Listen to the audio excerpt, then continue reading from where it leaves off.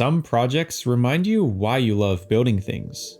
For me, this is that project. The Phase 1 Clone Trooper helmet from Episode 2, Attack of the Clones, is one of my favorite Star Wars helmets. I've been building these helmets with cardboard for over 10 years now, yet for some reason, I've just never made this one. Earlier this year, I finally decided just to go for it, and I'm pretty happy I did, because this helmet turned out good. The whole project begins with these templates that I made myself by hand. It's a bit of a challenging build, but you can find these in the description down below. Some of the parts are split between multiple pages, but can easily be taped together. In total, there are 45 unique components for this helmet, but mind you, once everything is traced out properly, that comes out to almost 100 individual pieces. Of course, if I'm going to make this out of cardboard, then these patterns need to be traced onto some. I've been experimenting for a few years now with different types and thicknesses of cardboard, and I've finally narrowed it down to this stuff here, thin cardboard. It's only around 2mm thick, yet it offers a surprising amount of rigidity and can keep its shape very well. I buy sheets of this online just so they look nice on camera for all of you watching, but it's very easy to find for free. Stuff like shoe boxes are made out of this. The helmet is split up into two sections. The inner supports trace onto a thicker Amazon box type cardboard, and then everything else, traced onto the thin cardboard I just mentioned. To cut out these pieces and get them ready for assembly, I'm going to use an X-Acto knife with a fresh blade. This one we'll call piece 1, so only around 90 left to go.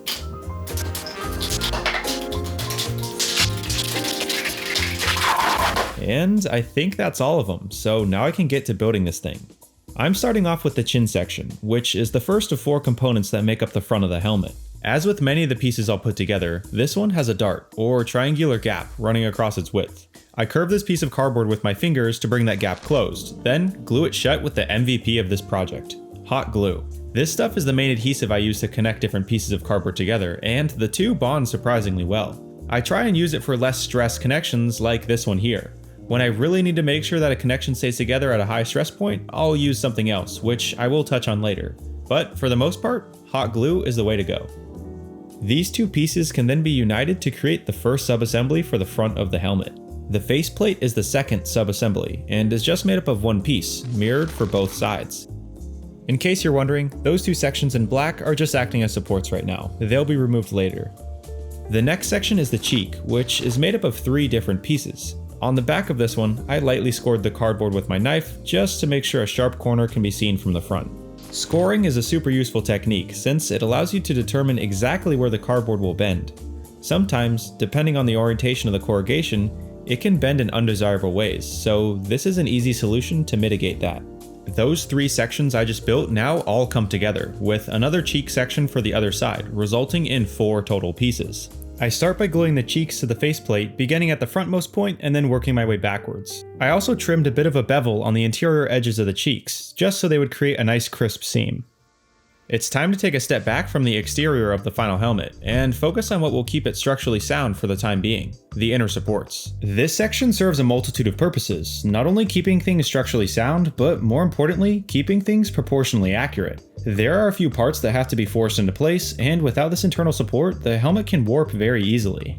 Now, that's only one side of the structure, so this whole process needs to be repeated for the other half in order to finish off the internal support. You could think of this section as the skeleton of the helmet, since it supports it from the inside, with several secondary supports branching off of a center core. Whoa. Jeez. Anyway, we can now unite the finished core in the front section of the helmet together. I mainly focused on 2 things, lining up the chin section with the lower lateral supports, and making sure the whole piece was centered on the core structure. Moving backwards on the helmet, the next subassembly to make are the ears, composed of 3 simple pieces. This small circle piece gets inset from the main ear panel. I'm pretty sure the detail here is meant to hold attachments like rangefinders, helmet lights, and other stuff. Let me know down below if you'd like to see a video on something like that. To finish off this section, the ear side piece wraps around the perimeter of the main ear plate. Once that is done, the ear section can then be attached to the back edge of the front assembly. The connection here is one of those high stress points that I mentioned earlier, so I use super glue. Compared to hot glue, this stuff creates a much stronger connection. These 2 pieces begin the back section of the helmet, coming together at just over a 90-degree angle. This small assembly then butts up along the inside edge of this next piece, which has an inward slope. After curving that new piece into shape, the two can be united together with some hot glue. As for this section, that's kind of it for the moment, so we'll go ahead and set it aside, and focus on the main back panel. It's the second biggest piece to build, but fortunately, this one is simple since there's only a few darts that need to be closed up. With that all done, we can bring back the piece I set aside just a moment ago and connect them together. From here on out, the majority of the pieces I gotta add to this back panel are pretty small, but do ultimately come together to create a bit of depth in the detailing of the helmet. I find it pretty cool that this area mirrors the front cheek section, almost to a T. You can see how the two compartments are roughly the same size and have congruent, I guess, leading lines that direct your eye across the helmet. Technically speaking, it's actually a pretty well made design. Alright, that's enough yapping, let's do that same process again for the other side. In my infinite wisdom, I forgot to check my notes and accidentally attached this piece too early, so I'll just quickly remove it before gluing this whole section back onto the main core.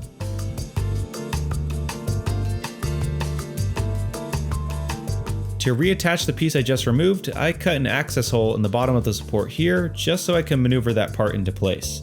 This is a pretty handy trick that I use all the time when I need a bit more access to the inside of the core when attaching different pieces. I ended up needing another access point at the top, so I cut another hole there in order to hold the part in place while applying super glue. Surprisingly, it still retains its strength as long as I keep the border at least an inch thick. With those two back panels glued on, the middle slice of this helmet is basically done, so now I'm going to focus on the next area. Composed of 3 separate pieces, this section creates a tight seal around the wearer's neck. It's not only one of the coolest parts about this helmet, but also one of the most unique, since besides the Phase 2 Clone Trooper helmet, this detail isn't really seen anywhere else in Star Wars. Now, since these parts are composed mostly of curves, they're pretty easy to put together. I also beveled the adjoining edges slightly so the seams would be less visible.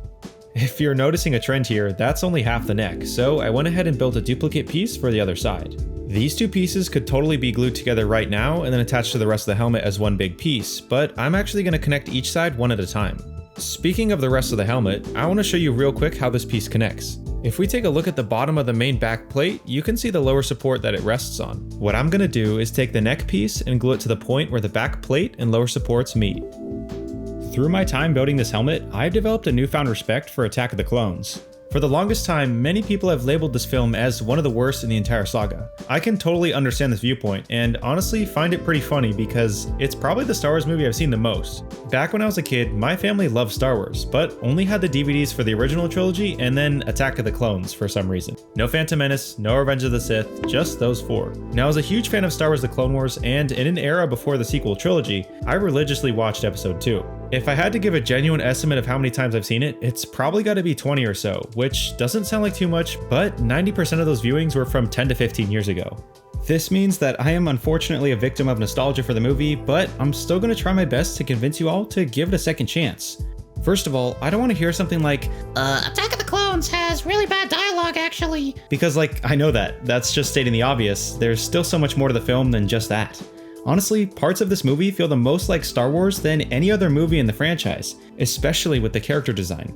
As I mentioned earlier, I really love the design of the Phase 1 Clone Trooper, as well as the Kaminoans, Geonosians, Kit Fisto, Ki-Adi-Mundi, Jango Fett, Count Dooku. I mean, I could go on and on, there's just so many. It's genuinely one of the best slates of original characters tied to any Star Wars film.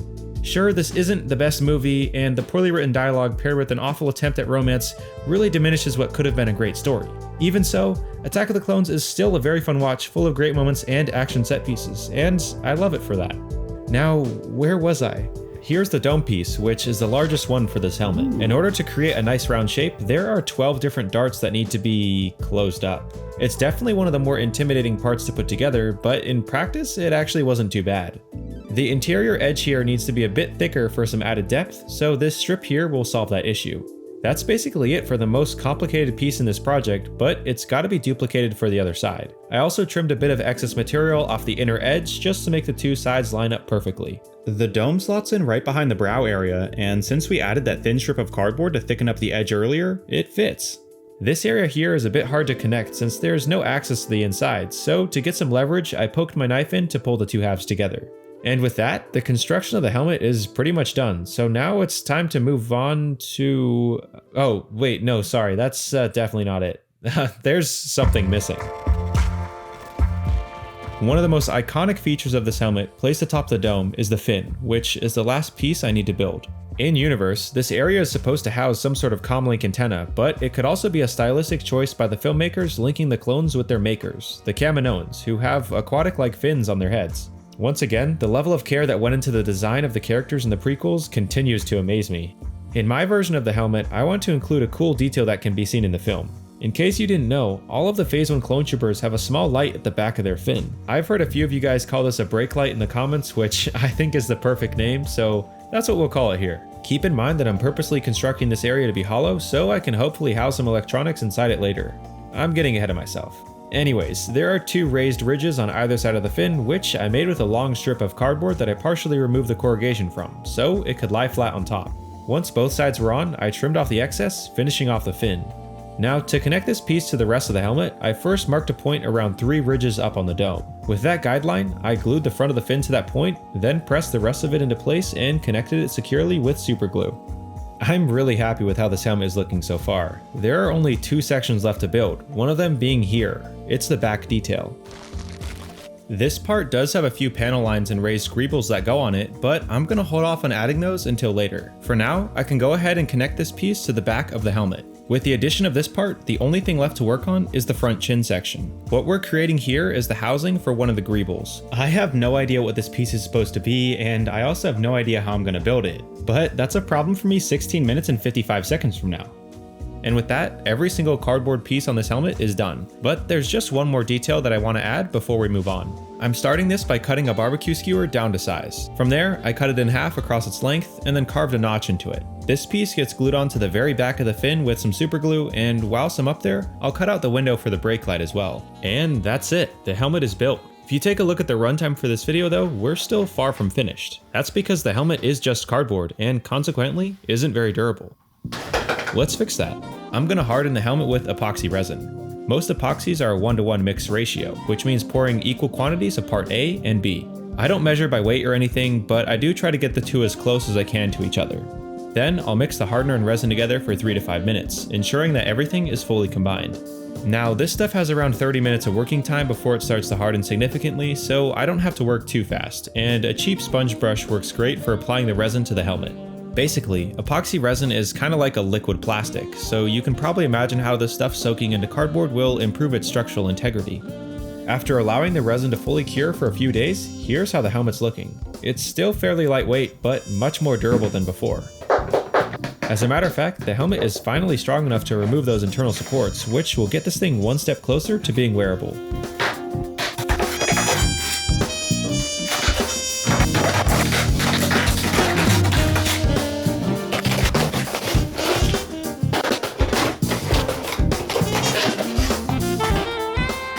There we go. The helmet is finally empty. We are still far from finished with the resin process for this helmet though, but I need to take a step back for a moment and revisit the brake light. If you recall, the inside of the fin is completely hollow, but isn't accessible yet, so I want to make sure to remove this portion of the dome that sits directly beneath the fin. Sorry for that bit of a detour, now I can strengthen the inside of the helmet. It's the same resin process as earlier with some added fiberglass cloth, a composite material, to make the inside much stronger. Once the cloth is fully saturated with resin, it's extremely durable. I'll just say this real quick, but make sure to wear proper PPE when doing this, it's no joke. I applied one overlapping layer lining the entirety of the inside of the helmet. Once the cloth is fully saturated with resin and cured, it is extremely durable. As you can probably tell, I wasn't too careful with the edges of the fiberglass, but luckily that excess material can be removed with one seamless edit.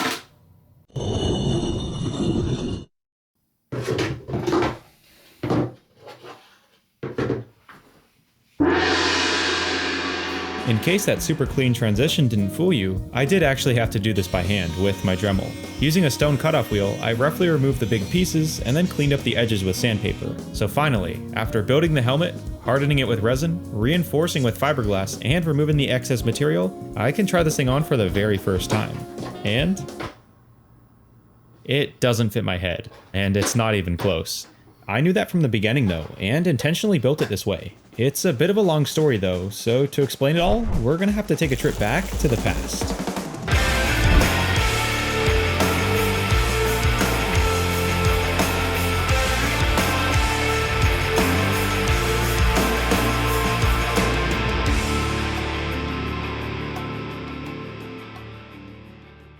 Attack of the Clones hit theaters on May 16th, 2002, receiving critical acclaim. Just kidding. Most fans wrote this film off immediately, but behind the scenes, it actually brought a lot to the film industry. This movie was the first major blockbuster to be shot digitally on specially made Sony cameras, which helped pioneer the transition towards the modern digital standard in filmmaking. This switch to digital also streamlined the VFX composition workflow since there was no need to develop and scan film into the computer. Ultimately, over 2,000 VFX shots ended up in the final film. These ambitious shots with a reliance on CGI brought a never-before-seen sense of scale to Star Wars, something largely absent from the original trilogy.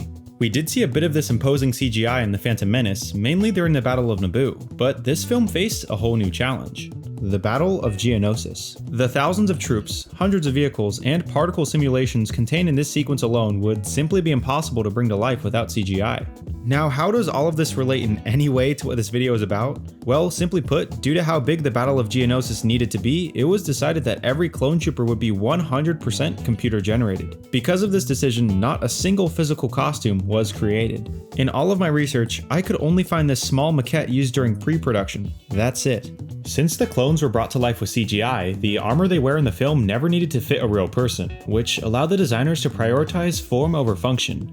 Unfortunately, because of this, the helmet was inadvertently designed to be impossible to wear in real life.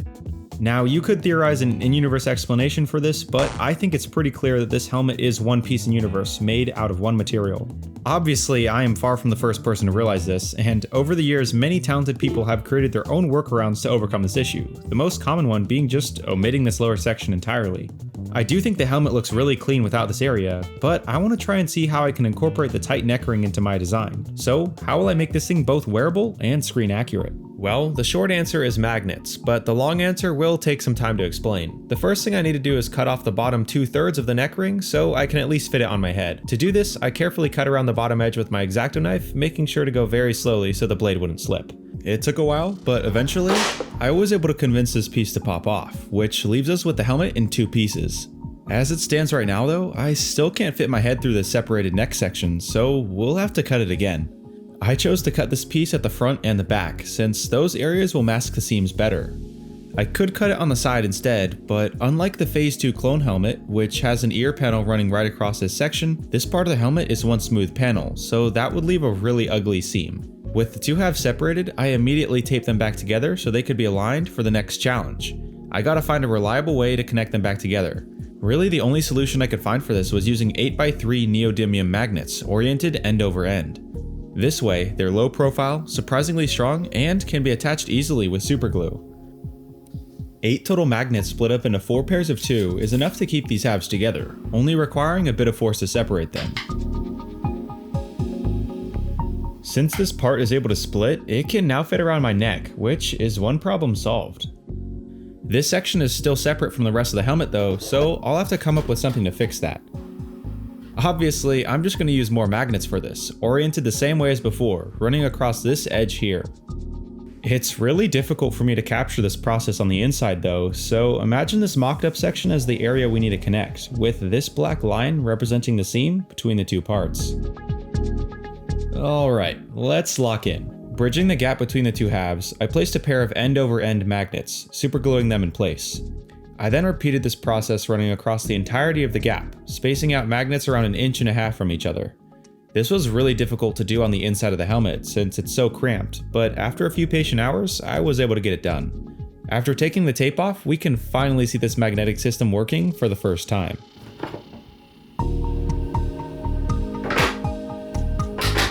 To secure the magnets even further, I applied superglue around each one, then covered the glue in baking soda.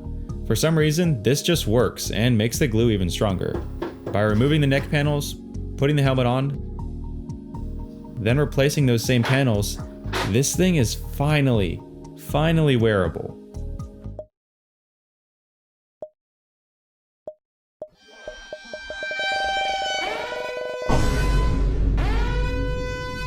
Yeah, it's pretty clear my nose doesn't fit, and in my YouTube short series building this helmet, you guys definitely let me know. But don't worry, I was able to find a solution, so hopefully this highly detailed anatomical diagram will help explain that. Take it all in. You got it?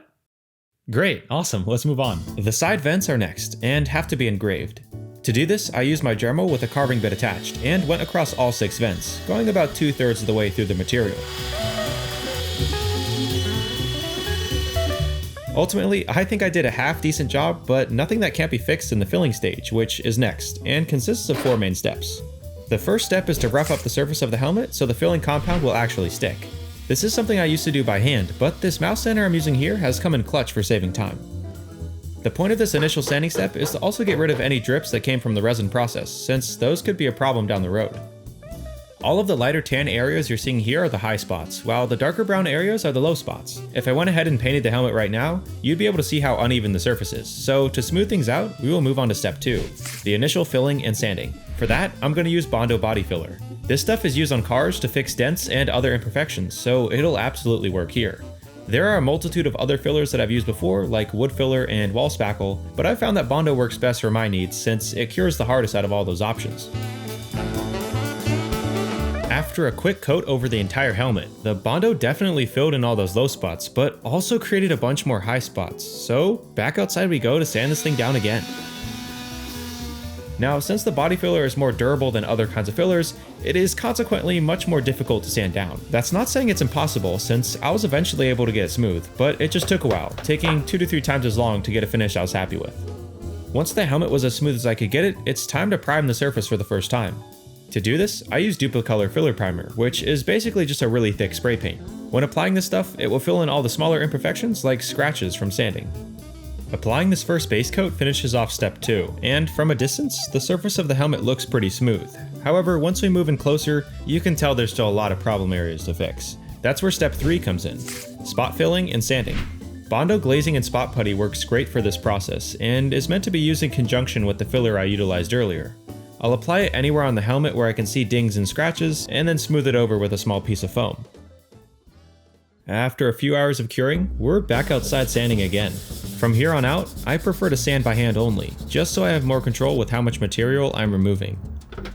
Once all the spot putty I just applied is level with the rest of the surface, the helmet gets hit with another coat of filler primer. You can tell that this thing is getting smoother, but it's not quite there yet, so I need to repeat step 3 over and over until I'm happy with the finish.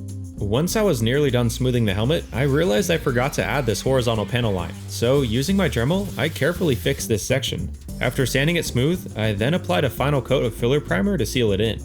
With this layer of paint, step 3 of the filling process is now done, and the helmet is looking pretty smooth.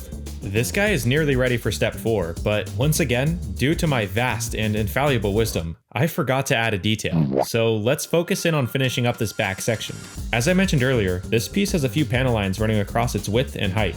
I marked these real quick with a pencil, then used my Dremel to carve them into the cardboard, trying my best not to break through the backside of the material. In each quadrant of this piece, there are 4 small pill-shaped bumps, which I made out of binder board that were then superglued on. After priming that finished section, we can finally move on to step 4, wet sanding the helmet. To do this, I took some 400 grit wet sanding paper, dunked it in some water to get it wet, then sanded my way across the whole helmet, wiping away the excess water as I went.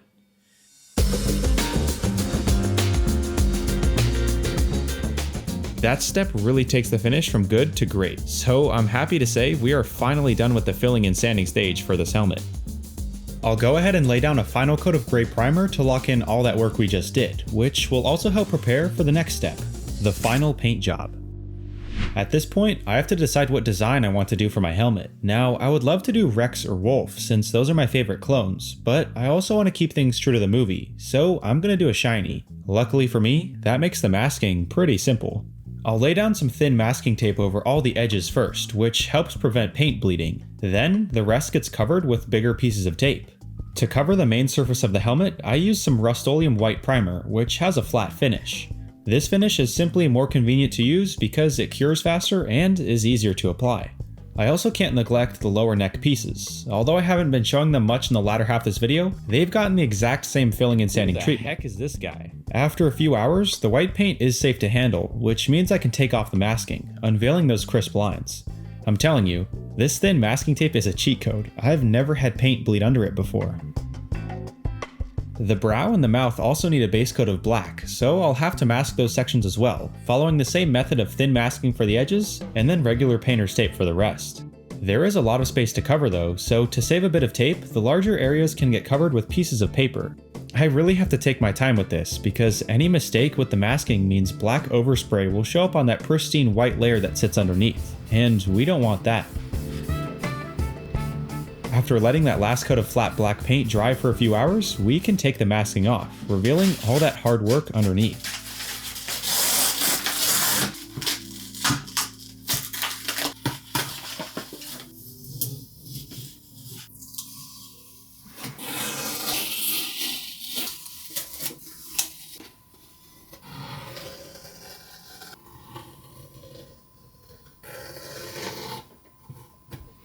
This thing is starting to look like it was pulled off the screen, but before I move on, something needs a bit of a touch-up. After looking at reference images for a bit, I could tell that the mouth area on the helmet is more of a dark gray than a black. I knew this from before I painted this area, but I thought a black base layer would be much easier to paint over than a white one. Since I had my brushes out, I also took this as an opportunity to paint the side vents, which get a quick coat of black. After taking the rest of the tape off, I got my first look at the final colors on this helmet. Oh, it looks so good! Got a couple things we need to clean up. Here, if we zoom in, you can see those. Tiny imperfections, but overall, pretty clean. The weathering for this helmet is something I really wanted to get right, so I even scoured my reference images to find little chips and scuffs that I thought looked cool. I'm really happy I chose to do this instead of just freehanding these details, since it just makes me happy. Like, look at that, it's the same mark that you can see in the movie. After doing a pass of this over the whole helmet, it still looks a bit too clean, so this is where the black wash comes in. Composed of water and a bit of black paint, this step leaves a deposit of that mixture in all the seams and corners, as well as a slight dirty residue on the surface of the whole helmet.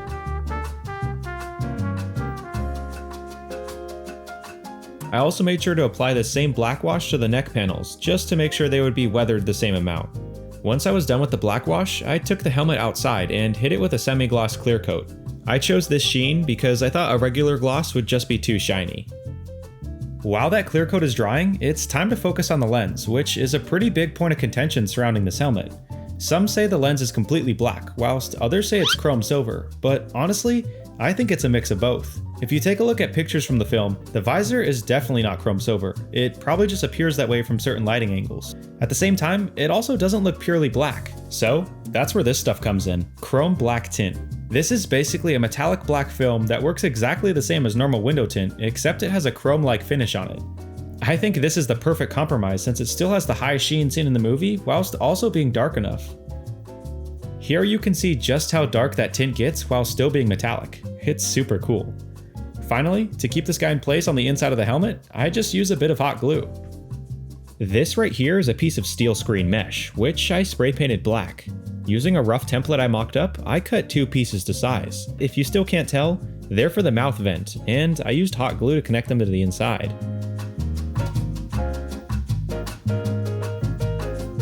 Well, it seems 16 minutes and 55 seconds have elapsed, so it's time to figure out the chin detail. It starts off as a base plate of cardboard, followed by 2 sets of 4 rounded pieces of binder board. The first 4 get stacked together into one part, and the second 4 get split into 2 pairs. That first chunk of 4 is then superglued onto the base plate, and then flanked on either side by the 2 pairs, creating 3 separate ridges. Finally, a small scrap gets glued onto the middle and finishes it off. There's also a huge gaping hole at the back of the helmet that needs to be filled in. It looks like some sort of heatsink or a vent, so to replicate this look, I took a base of binder board and attached several thin strips of that same material using superglue. These 2 detail pieces are still pretty flimsy, so they need to be hardened. Basically, I just covered the entirety of each piece with superglue, which actually creates a nice hard surface that can be sanded smooth. After hitting both those details with a coat of black paint, they can now be attached. With the chin detail, I scored the back with my knife several times to help promote adhesion, and as far as I'm concerned, hot glue is more than strong enough to keep this in place. For the back vent, I took some extra time gluing it on since I really wanted to make sure it was centered. With those 2 parts connected, the helmet is basically done, but there's still one thing missing: the circuit for the brake light. Now, I'm no electrical engineer, but I think I did a decent job with this. I soldered a 3-volt battery pack to a red LED, adding a resistor to complete the circuit. After using some heat shrink tubing to protect the connections, I could then add the batteries. Here you can see the diagram for the final circuit I used, which contains 2 LEDs instead of 1. To create a lens for this light to shine through, I superglued a small piece of plastic to a red gel. This then needs to be trimmed roughly to size, then sanded down to fit nicely within the back of the fin. Once I was happy with how it was looking, I lightly connected it with a bit of hot glue. I want the battery pack to be removable, so I'm going to connect it with a small strip of Velcro. When mounting this on the inside of the fin, I glued the LEDs as close to the lens as I could get them, and connected the Velcro on the battery pack to the top of the fin, so I can change them once they run out. This all tucks away nicely inside the fin, and is also the last thing that needs to be added. So, let's take a closer look.